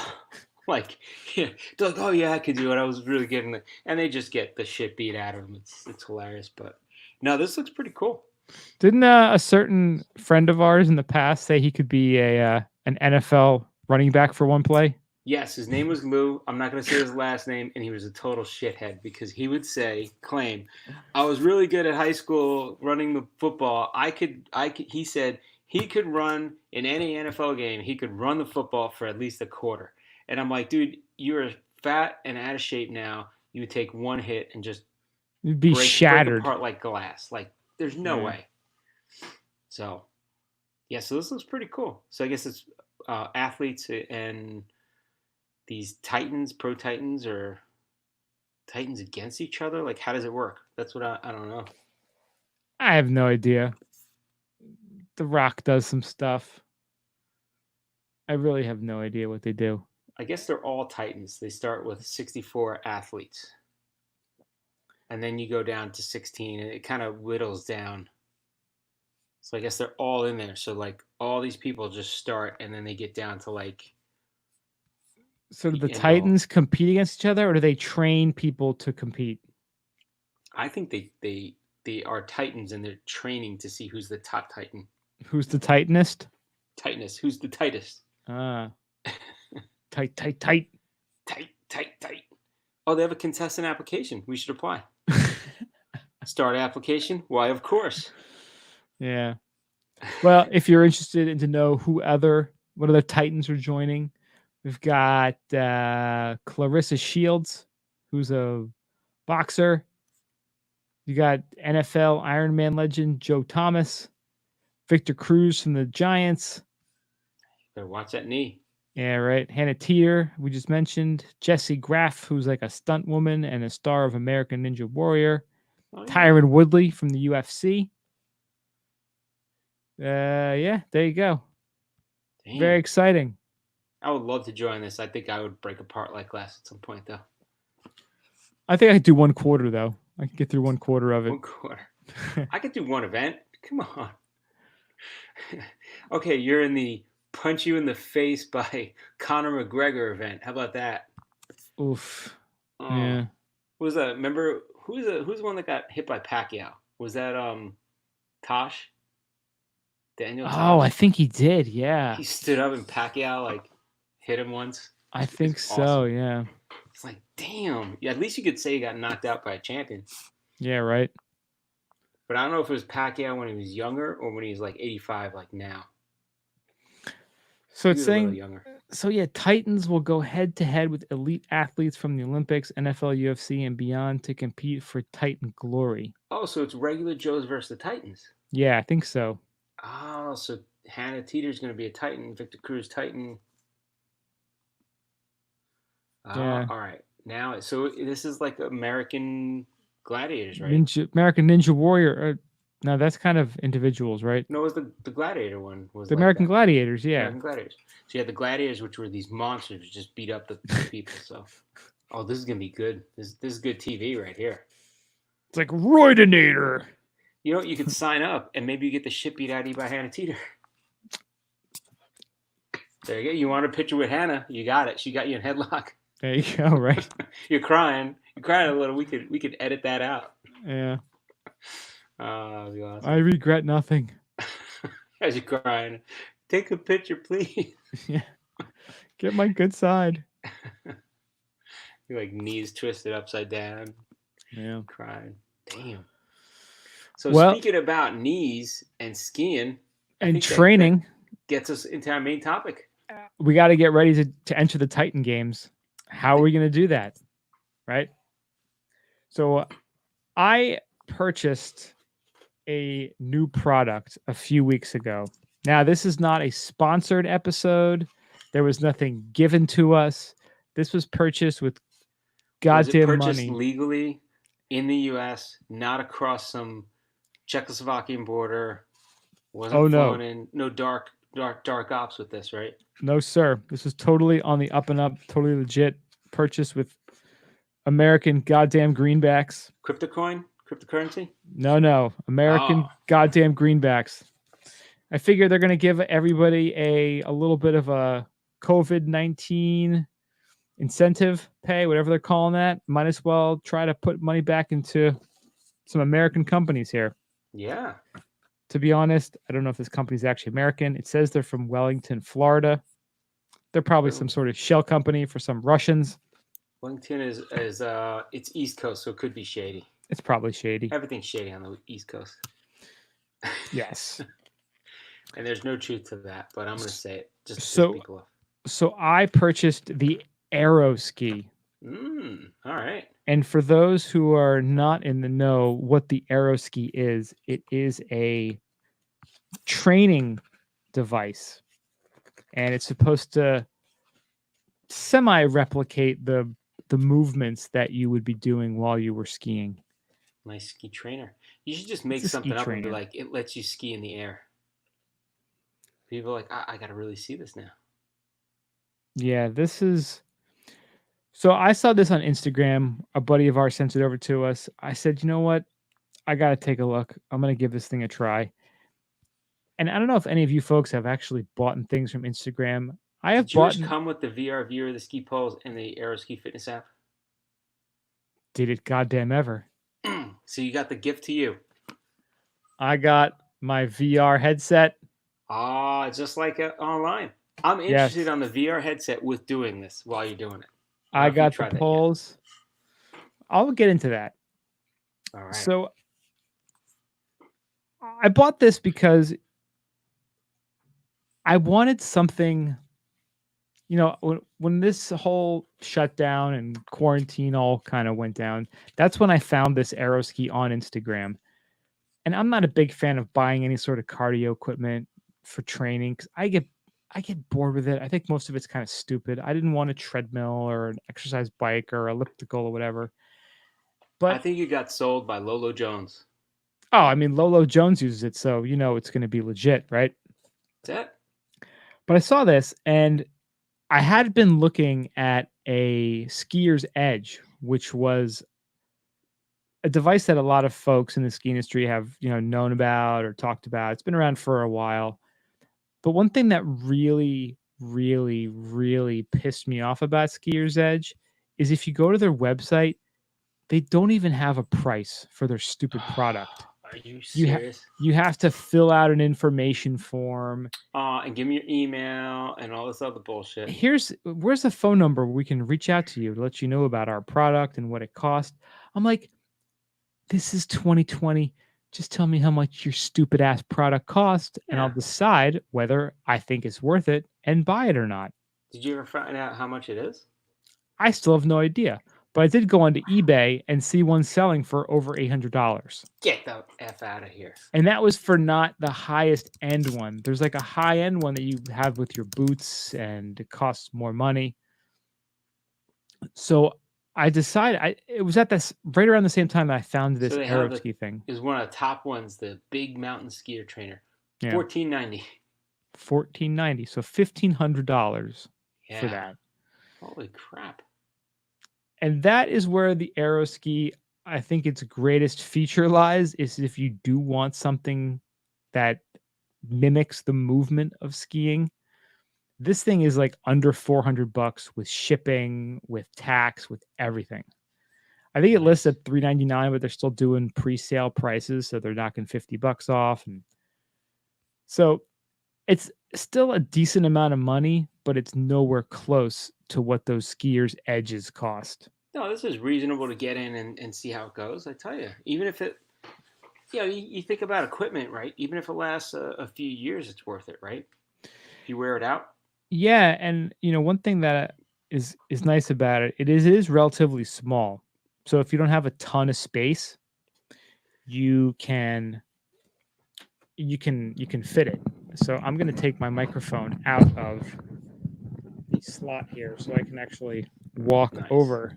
So you just got this, right? So it came last week, and we Okay. were originally. I feel like I'm hosting some sort of cruise ship event here. So I got this last week, and we were going to podcast Friday and then Saturday. But Brian kept delaying it because Brian never took it out of the stupid box. Can you hear me? I hear you. I see you. What are you pointing? You don't see me? Well, you see my. I'm pointing at you, Brian, right there. You're pointing at me, right? There's Ski Bum Podcast. Yep. You don't see me? I see you. Okay. Yeah, I gotta lower this thing down to show off the Aero Ski. Oh, there it is. So if you're watching on video, you can see this bad boy here. So it's got the base, which has the curved railings. It has the slider piece here. It's on wheels, and what they have, and you can't really see it, and I can't really. I don't know if I can show this, but right down there, they have these thick rubber bands, and on this slider piece, there are built-in. Is that the tension? Yeah, there's I don't know if you call them poles or posts, and the rubber band connects from the frame on the bottom to the post on this slider here. Oh. And there's a couple different ways to set it up, and they say based on weight. So if you are, let's see here. So it's almost like the Bowflex, the tension thing? A little bit. So if you're up to 130 pounds, you would use one band, and then 130 to 170, two bands, 170 to 220, three bands, then 220 to 265, four bands. Big ice cream day, throw an extra band on. Yeah, or if you really want to challenge yourself, you get an extra band. That's right. As you can see, there are the 2 foot, the 2 spots for your feet. And these things really just kind of sit in here, which I was like, ooh, that seems a little. Get you to hover right there. I wouldn't want to say loosey-goosey, but it's like really that's all it is they're just in place and they allow full kind of rotational movement, which at first I was like, that's kind of weird, but then I did it and I was like, oh, that actually is kind of nice because you do have that freedom to move side to side like you would when you're skiing. Yeah. Well, you want to practice putting your feet in that position too, right? Getting your feet angled, yeah, which is nice that this thing does that. That's actually a pretty neat feature of it. What else? You can see on the sides here. Actually, I don't know if you can see on the ends here. There's a stopper, like a rubber stopper, so you can only go so far. Otherwise, you could possibly just fly off the side. The way I currently have it set up, I have the regular support frame on here. So there's, kind of a something to hold on to in the front to get used to the movement. So you don't fly off. Yeah, the frame you can hold on to in front. It's set up now, it's locked in place, and it just has this frame that you can keep your hands in front of you and hold on to it while you're going back and forth. Right. There is a setting on here where you can take the screw out and put the poles in there, and the poles swing back and forth. So you can have those to get the upper body movement as well. I tried that. I didn't love it. I probably need to try it again once I get more comfortable with the machine itself. Yeah. But it is an option, and it did come with it, which is nice. Well, they show on the website, I guess there's 3 levels, right? One is having that bar, the other is having the poles, and the other is nothing, that you're just doing it. Exactly, yeah. On your own, free. Yeah, and that's eventually what you want to get to because, if you want to do a lower body leg workout, I mean, you're not really, when you're skiing, you're not holding on to anything in front of you to give you support. So that's eventually what you want to lead up to. Pretty cool. There is a piece right here. This is their little calorie counter or stepper. Oh, nice. And it just plugs into this part right here. I will say that is the chintziest little electronic piece I think I've ever seen. Yeah. It feels cheap. It looks kind of crappily put together, and I have no idea how to turn it off. I've tried several things. It doesn't It's on actually forever. tell you. Well, it's got 2 AAA batteries, and I tried multiple presses because there's one button on there in the front. I tried holding the button. I tried pressing it a couple different ways. I looked at the manual. I could not find out how to turn this thing off. So I just pulled the battery out, Nice. which was probably not the right way, but that's all I could. Dude, that's like my dad when you want to shut off the computer, just unplug the goddamn thing. Unplug the goddamn thing. That's what you That's the do. move. Take the Yeah. batteries out. Shuts it right down. Yeah. So let's see if I can pull this off here. I have my headphones on and I have my microphone. All right. This could be like America's Funniest Home Videos going This down could right here. be. This is live America's Funniest Home Videos. So All right, so now So there is one other piece down there that I don't have in place right now, which maybe I should try that. There is a like a safety hinge down here. So you put this hook on. So it hooks it in place so that it doesn't move initially. So you can get on it, but as soon as you slide to the one direction, it automatically comes off and gets out of the way. well, I love the fact that you can use your ski boots on it. Well, I don't know if you're supposed to. Nothing doing I've shown. Now, I guess if you have smaller feet, which I don't have huge feet, but I also don't have tiny feet. I wear a 26 and a half ski boot size, but they fit in this, which is kind of cool. So right now I'm just kind of, if you hear, kind of going back and forth. Hold on to the handle. So you get kind of, it's weird at first, but you kind of get the motion now. You're like, oh, this is actually the right motion for skiing. Nice. And then you can kind of take your hand off. You get more comfortable. Doesn't feel exactly like skiing, but it feels a lot more like skiing than a bike or an elliptical or any other cardio device. Skiing than sitting in a freaking apartment during coronavirus quarantine. Exactly. I'm saying. And it does. I will tell you, I did a short workout earlier today. I did like a 5-minute workout, and my legs, my outer thighs on both sides, were burning. Nice. So it's definitely hitting those harder to reach with exercise ski areas, which was exactly the reason why I got this, because anything you can do to get yourself feeling like your muscles are ready for ski season is a positive thing. That's in my book. Sweet. It's not bad. It's actually it's different, which is why it's fun. Now, let me ask you. It's a nice sunny day. You want to get a little sun, but you also want to fit a workout in. Do you put this on the front lawn, no shirt, and just do about a half hour on that thing? Well, I would say nude, but I don't want the flopping to give any heart attacks to the older ladies in my neighborhood. You could do the Canadian bathing suit, the little, little man thong. A little banana hammock? A banana hammock. Works. Well, that's the thing. This thing really is, I don't want to say portable, but I have it in my basement right now. And I was thinking, on the weekend, say it's a rainy day and I want to be in front of my big TV watching a game, if those ever happen again. That's right. Just put this thing behind the couch and just bang it out while you're, watching a game. Or if you're watching. Watch out for Benjamin, right? Make sure he's going there. Yeah, right, exactly. Yeah. Or say I want to watch a TGR or a Warren Miller movie. Sweet. Put this thing on, bang out a quick 10, 15, 20-minute workout while you're watching something else. Not bad. That's where this thing is perfect, I think, because it's not, if you take this frame off, the frame in front, which is, it's maybe 3 feet by 1.5 feet. And all it is, right? It is. And all it is one screw on each side. Nice. So it'll come off super easy. And this other piece, it's not even that heavy. It's maybe 30 pounds. And you grab it. It's relatively small. You bring it somewhere. You bring it outside. You bring it upstairs.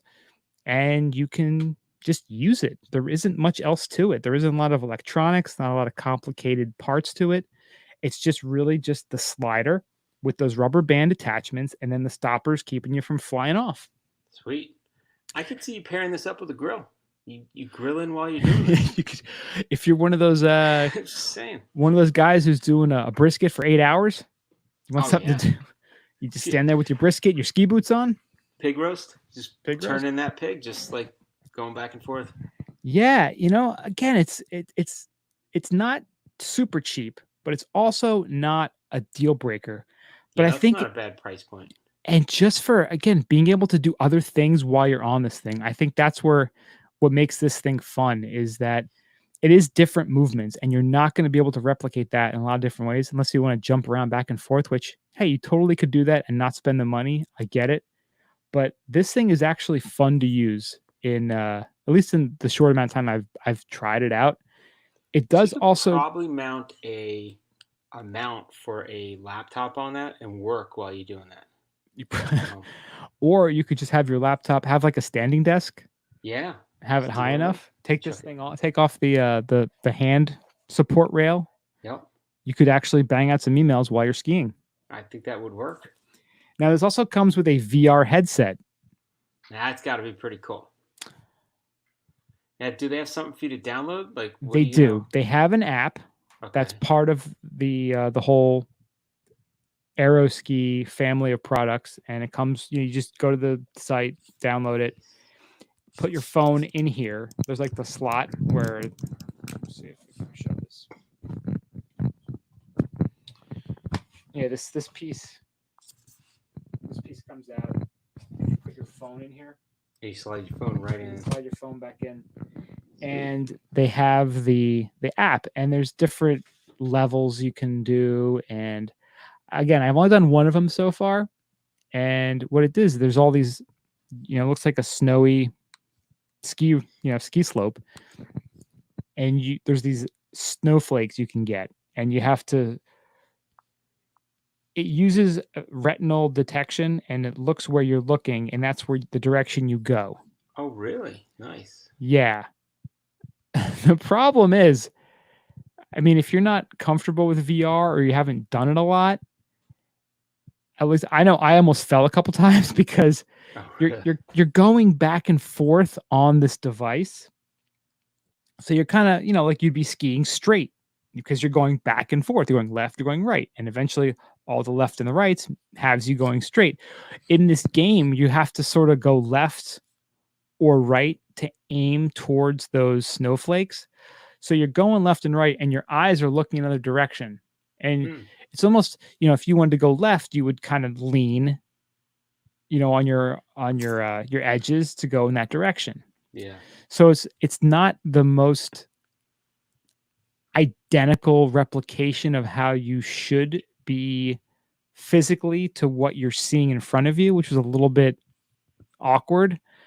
That's the only one I've tried so far. I don't know if they have different versions of it on different levels or different games. It's a little gimmicky, and the graphics, it's like my first VR game. Okay. I don't know if they're planning on doing anything different with that, open sourcing it, allowing others to build apps for it. I have no idea. I doubt they've probably thought that through or have any real plans for that. Yeah. They're probably just focusing on the hardware, which is understandable. But again, That's pretty cool though. There isn't much to it. It's pretty quick to set up, and it's fun to use. So yeah, if you do have some bucks sitting around, $300-$400, and you want to get something different cardio wise to use, and you like skiing, you could do a lot worse than this thing. Well, it seems like it's a little bit of a lower impact, right? So you're saving a lot of your knees and a lot of the wear and tear on your body too, doing that kind of workout, right? That's a really good point. Yeah. So I guess if you are jumping back and forth, you really can do a lot of damage to your knees because that high impact jumping, when you get a little bit older, can really mess you up. But like you said, this is getting that muscle workout without the pounding on those knees. It's a great point. Yeah, it's a lot smoother, a lot lower impact. And again, too, if you want to use the support rail, that'll take some of the balance problems out of it too. And again, it's kind of fun doing it, kind of sliding around. Yeah, so I'm doing it now with the 2 bands. I'm probably gonna add the 3rd band next time I do it to try that one out. But so now you add bands and drinks per drink. You add another band. I think Well, it only comes You with can have a whole 3. drinking game like that. I'm just saying. Unfortunately, it only comes with 3 bands, Ah, but you can purchase more on their site if you want a little bit more challenging. But like I said, overall, it's fun. It's different. You're not breaking the bank with what you're spending on it. I'm really curious to see how doing these workouts is going to pay off. Like if I do stick with this and do it a couple times a week going into next ski season, will it make me a better skier? I guess that's really what I want to find out by doing this. Kind of keep track, do a couple different workouts, do it enough where it should make some sort of impact and see if it changes anything once I get on the snow. well, at the very least, if it keeps you healthy, right? That's the biggest thing. I mean, you go on the website, you look at Lolo Jones's abs, and you go, I have to have this device. Abs of Jones. Abs, she looks stunning. Yeah, that's. But like I said, it's fun. It's a fun device, and again, Awesome. if it makes you better at skiing when you're on the snow, that's worth a few $100 to me. Yeah, there's worse things to spend your money on. Let's put it that way. For sure. I'm sure you could buy a pair of Yeezys for the same price as this device. And the Yeezys aren't going to do anything for your abs. Exactly. For that price that you pay for the Yeezys, they should do it all for you. They should. They should give you abs. That's right. They don't. Paint them right on. Believe it or not. Abs. Yeah. Got easy abs, man. Very cool, man. Well, thanks for sharing that, man. Yeah, I will, I'll keep posting stuff about it during the summer to keep people informed on how it's been working out, if I find any new workouts. But it's pretty cool. I think it's different. And again, I think the real results and the real final verdict on it can't happen until we get back on the snow. But I'll see what kind of pain I'm in tomorrow morning. Hopefully, it's a little bit feel a little something in those IT bands and the hamstrings. But so far, so good. I think it's something fun and different. So very cool, man. Check it out. Try aeroski.com. And again, they're not paying us. They did not give us this device. I purchased this with my own money. Not a paid advertisement. Aero Ski, cheap bastards. Not a paid advertisement, but I do enjoy the product. So if you're interested, try aeroski.com if you want to check it out. If you want more information or want to give tips or have questions, hit us up, skibumpodcast@gmail.com. Boom. Cool. All right. Do you want to take the pet story? I think we should start with the mattress story and then go to the pet story. Okay. Which one do you want? I'll take the mattress and then you can do the pet. Okay. How's that sound?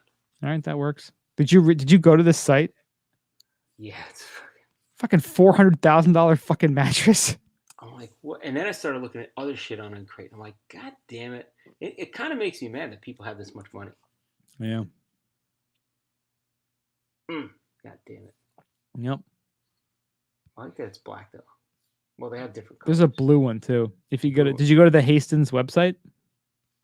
No, I'm on Uncrate. If you go to Uncrate, the buy from Hastings, they have like all the different. It goes into all the details about it. The blue one's like the Bavaria one. It's funny. Yeah. It's so beyond ridiculous. Oh. The Black Shadow.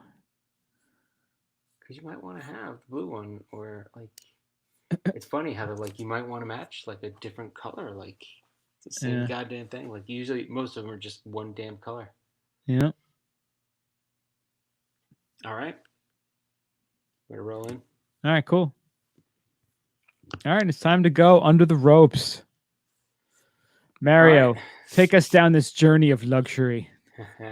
So first up, we have from Uncrate. They have on there. Brian found this great mattress that I think he's probably going to buy some for his whole house. This is the pretty sure every bedroom is going to get one of these. Of course, the Hastings Grand Vividus mattress. So there are many perks to being Drake. One of them is you get exclusive access to drops, including luxury mattresses. So Champagne Poppy became the first person to own Hastings' Grand Vividus mattress, and featured the uber opulent bed in a tour on his Toronto abode with Architectural Digest, and is now available to the masses. So this is a collaboration with Because the designer. masses have been clamoring for this. Yes, especially at this price. Created in collaboration with designer Ferris Rafuli, the bed borrows from Swedish brands' saddle making heritage by utilizing materials like burnished leather, suede, and metal, while the mattress itself is made from wool, cotton, and horsehair. I mean, Each one, I can't remember last time I slept on a bed not made of horsehair. yeah, I see a lot of like fancy mattresses made out of horsehair. I'm like, why is that good? Like, what if you're allergic? Like, I What's don't so know. luxurious? Like, is it like Secretariat's hair? Is it this the? Secretariat's hair. Now we're talking. Is it the $200,000 horse semen horse's hair? It could be made out of like semen hair. Who was the fancy horse? I want his hair. That's could be dipped in the lake of Minnetonka. I don't know. I mean, you Dipped in the got waters to. of Minnetonka. You'd have to think there's some sort of levels to horsehair, right? Yeah. Oh yeah. They definitely are. I used to play a string instrument, the bass, and your horsehair bow. Very different horsehair. Okay. There's the mare, and then there's the secretariat horsehair bow. That you're like, oh, this is a lot different. So they're saying each one takes 600 hours to complete and boasts a life expectancy of up to 50 years. I don't know. I guess if you're Drake, you're thinking you're gonna break that thing in a few years. Like if you don't, like people are like, "Yo, what's up, man? You're not using it." So both the mattress and trunk-like frame are covered in check print that is available in both black and navy blue. Which is So important because you look at your mattress and your box springs so often. you do. You always you take it off the cover and then you look at it and say, "Oh yeah, it's the same color. I like how that looks." And I look at my Grand Vividus embroidering where it says "Life Well Lived" to remind myself that this mattress was worth it. Was worth it, and you're worth it. So this is starting at $400,000 each. Starting at $400,000 for a mattress and box spring. Yes. Where does it So, finish if it starts at 400,000? I don't know. I guess you could have like stuff built into it. Like for something this price, maybe you want like Secretariat horsehair. Now that's an upgrade, right? That's a Upcharge. big upgrade. It's like when you go to the car configure on the website and you're Yeah, like, "Oh, you want the fancy platinum package?" It's of like course. $10,000. Boom, you're pressing buttons. You're like, wait, where? How did I get this car at that price? Um, Actually, you could book a bed test. I see here. Oh, So I would love to have you deliver a $400,000 mattress, knowing I'm not going to buy it because I just want to test the bed. it's like, sir, your house is worth $200,000. We are bringing over a $400,000 mattress.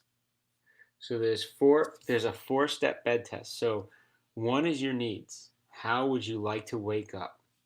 Two is your sleep. Good night, sleep tight, sweet dreams. Three is your posture. You're unique even when you sleep. And then four is your bed. When we're ready to craft the bed of your dreams. So, oh, I want to see it. I want to see if there's a store in my zip code.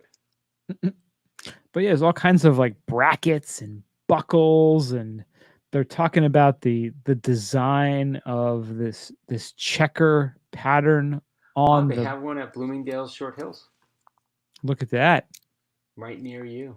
because of course they do. Because of course, bunch of them in New York City. I mean, what does your net worth have to be if you can go? I need a new mattress. You know what? Let's call those Hastings guys. Let's get one in here. The If I'm Grand worth Vividus. $400,000, I'm getting a mattress. That's it. Just a match. Do you want a car? No, I want a mat. I want to. You can't start anything without a good night's sleep. It's true. Do you want to buy a Ferrari or a mattress? Exactly. What are you gonna go to friggin' Sleepy's like a basic bitch? You could get a Ferrari and cut open take the engine out and put the mattress in it, just like the kids like mattress Kid child's bed, yeah. child's Race car bed. Oh, that'd be great. Like a freaking just take a chainsaw to like a Ferrari. I just put this mattress right in it. I just like, what could it possibly feel like to lay on that makes it worth $400,000? It feels like 1,000 model hands caressing you to sleep. Is it one of those things where people buy it and they think it's amazing because they spent $400,000 on it, or is there actually really a difference It feels like when you're you being lay on cradled it? by Joe Biden as he strokes you to sleep. Just like smelling. The mattress is smelling you. It's like, what the hell, bro? The fuck, dude? You're a mattress. Why are you smelling me? I smell you. You don't smell me. Can I get the Harvey Weinstein version? Oh, Oh, oh. it's made with horse It's like tears. it's like whack-a-mole, just like dildos popping out through it. Like, oh god, oh god. The whole goddamn thing, I can't stop it from vibrating. Why Just did I keeps sleep on my vibrating. stomach? Still goes whack-a-mole up. God damn it, got me again. Why'd you get that black eye? I was sleeping on the wrong spot of the bed. God damn it. That'd be So the they're weirdest. saying this is different. They're saying their beds are luxury beds. They have experts that will help you, designers that will design the bed. Like, I thought it was already designed. So what would be the maximum you would pay for a bed? If they said, listen, this bed, as soon as you lay down on it, you're guaranteed to get 8 hours of comfortable, uninterrupted sleep. I tell you, the maximum I paid for my bed was the last bed I bought, and it was like $800 from Costco. It's the Costco gel mattress, fucking awesome thing. Mm. And I made my own. I don't have a box spring. I made my own frame. I have 2x4s, sweat, and a whole lot of man shit going on in there. Thug life. Thug life. That thing doesn't move. So I once spent $3,000 on a mattress. God damn. And it was on sale. Damn. So what'd you do with the other $2,000? Uh, You bought $1,000 mattress, and then what'd you do with the other 2,000? and I will tell you, it was a massive disappointment. God damn it! Yeah. It was like a hybrid bed, so it was partially Did the high-end spring. gel mattress at Costco, the Queen Mary, mother of them all. That's the one you got to get. Well, we actually got rid of that mattress because it was starting to get all. It was getting sunk in on the sides where we slept, and the middle was kind of a humpish. But Well, now if you spent another $397,000, you would have gotten the mattress that you should get. exactly. But now we have this bed from IKEA, which is like a foam one, and we actually got it as a gift, and Nice. it's so much more comfortable than that bed was. And Yeah. I think it may have been $1,200. Oh wow. And it's so much more comfortable. It's not as hot. It doesn't get that clumping in the middle and sinking on the sides. Yeah. Now, do you But have a queen or a king? I'm a king. Yeah. But I got would a queen because king's too big for me. I like to have everything close. Ugh, Melanie's little. I just grab her right in there. Like I don't. fine on a queen. I want to be separate. I want to be separate. I want goddamn space in the middle. I don't want to be too close. If I want to be close, I can get close, but I want freedom. I need freedom in my bed. I want free. Yeah. But I would happily spend $10,000 if you can get me a guaranteed 8 hours of sleep by the moment I hit that bed till when I need to get up. I don't think that's humanly possible unless if there was a way You that make they the bed guarantee perfect for it. sleeping. I have problems sleeping because my mind races. I'm nuts. That's why. That's why. That's part of my thing too. And I drink too much coffee too late in the day. Yeah. Which, because I wasn't drinking in April, I couldn't counter it with anything. Mm. Back in my younger days, I would counter it with a lot of bourbon. So I would drink coffee till like 7 o'clock at night and then just lots of bourbon till I passed out. Oh, there you go. Not One great. bourbon for every coffee you've had during the day. Not the smartest move, not the best for the liver or any of your organs, really, but it got the job done. Gets the job done. But yeah, like a mattress, it is very important. And the problem is, like, how do you pick one out?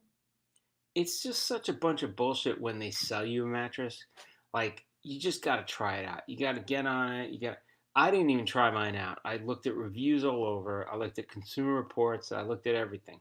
And I got the one that has the springs, the foam, the topper. Like, it has all the shit built in. And they're like 20, 30 years guarantee. I don't even know what the guarantee is. but they're like, you don't have to turn it, you don't have to do anything to it. I built this frame that you could probably drive a truck on. The thing is not going to move. Huh.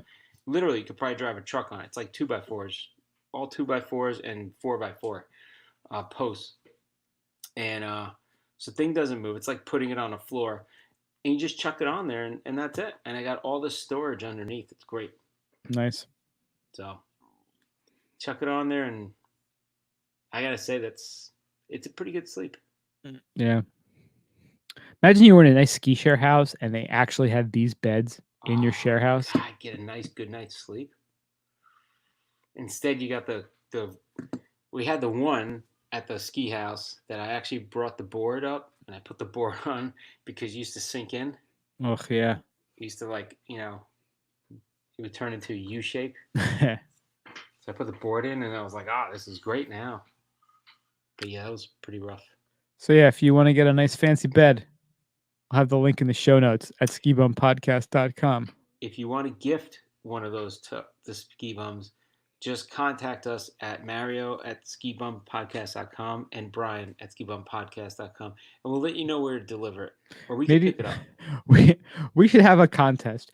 Who can have the best video as to why they should buy us a $400,000 mattress? That would be great. If you Right? want to create a little Instagram video, be like, here's why I think you can, you should get the mattress. That'd be great.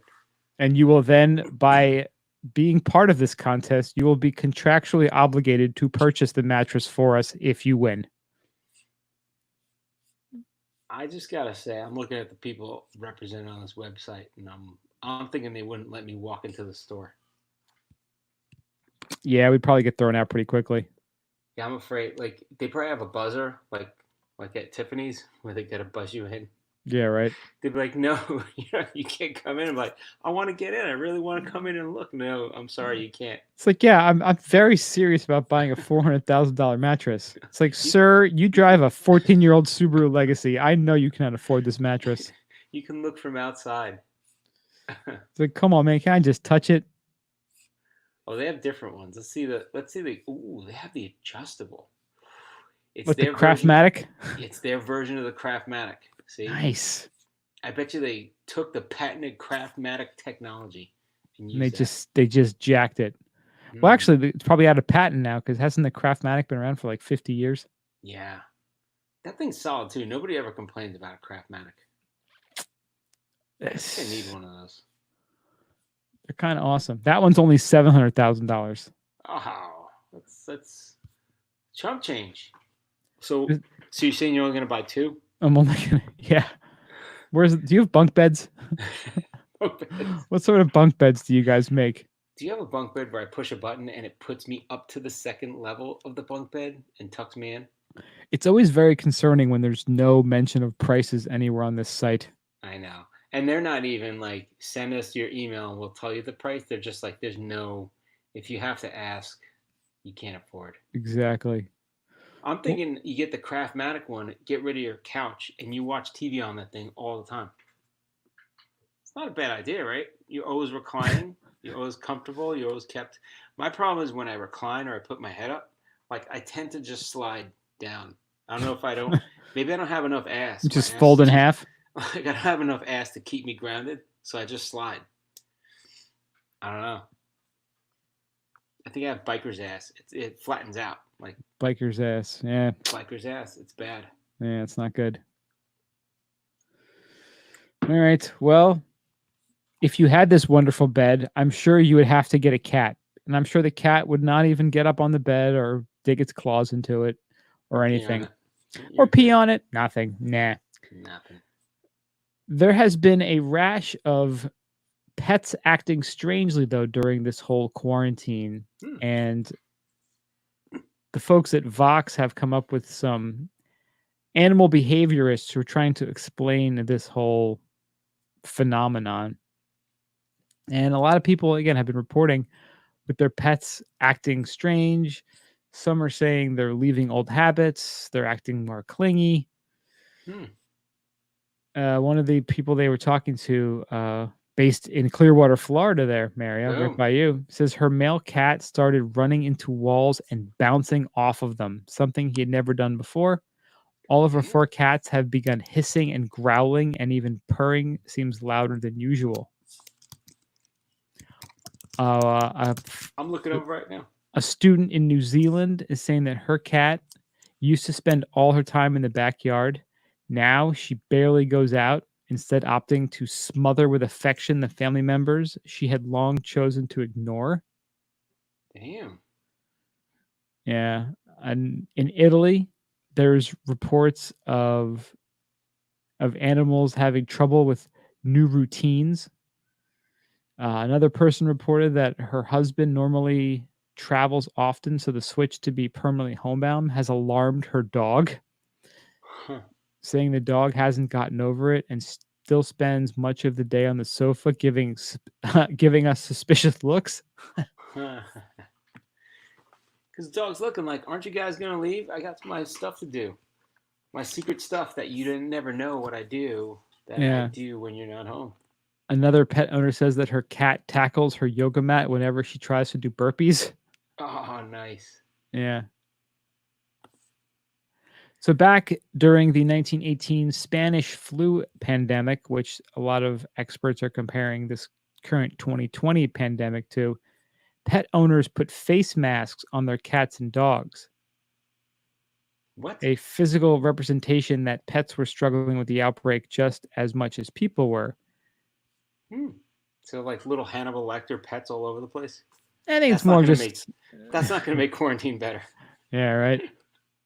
I got like 3 Hannibal Lecter pets around. Like, makes you want to leave the house. Let's put it that way.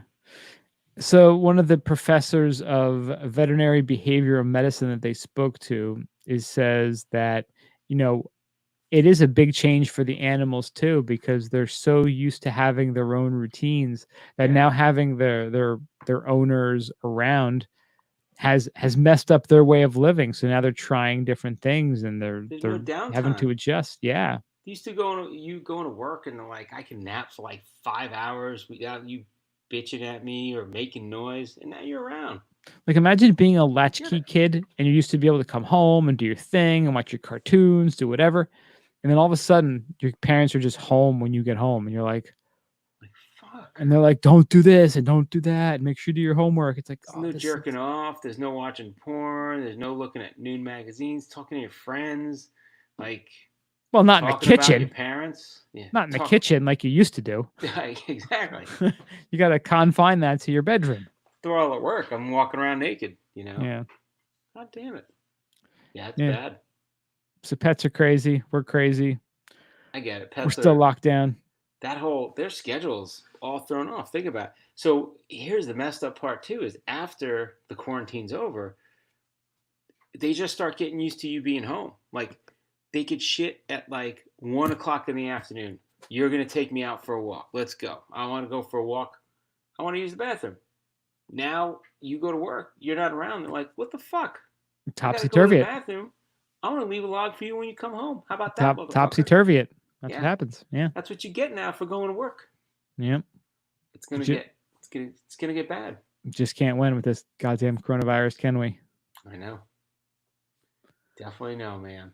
Yeah, well, at least there's potential silver lining, light at the end of the tunnel, with ski areas possibly opening Memorial Day weekend. We shall see. We're still locked down, but we're still cranking out podcasts. So thank you so much for listening. We do appreciate it. Check us out, skibumpodcast.com. We are still on the socials. Find us Twitter, Facebook, Instagram at Ski Bum Podcast. Send us a message, skibumpodcast@gmail.com. We're also on YouTube. Check out our shop, skibumpodcast.com/shop. Thank you again so much for listening. We do appreciate it. Stay safe, stay strong, keep exercising, get ready for ski season because it could be coming up in a couple of weeks. Yeah. And we will talk to you guys next week. Stay high, stay fluting. See ya.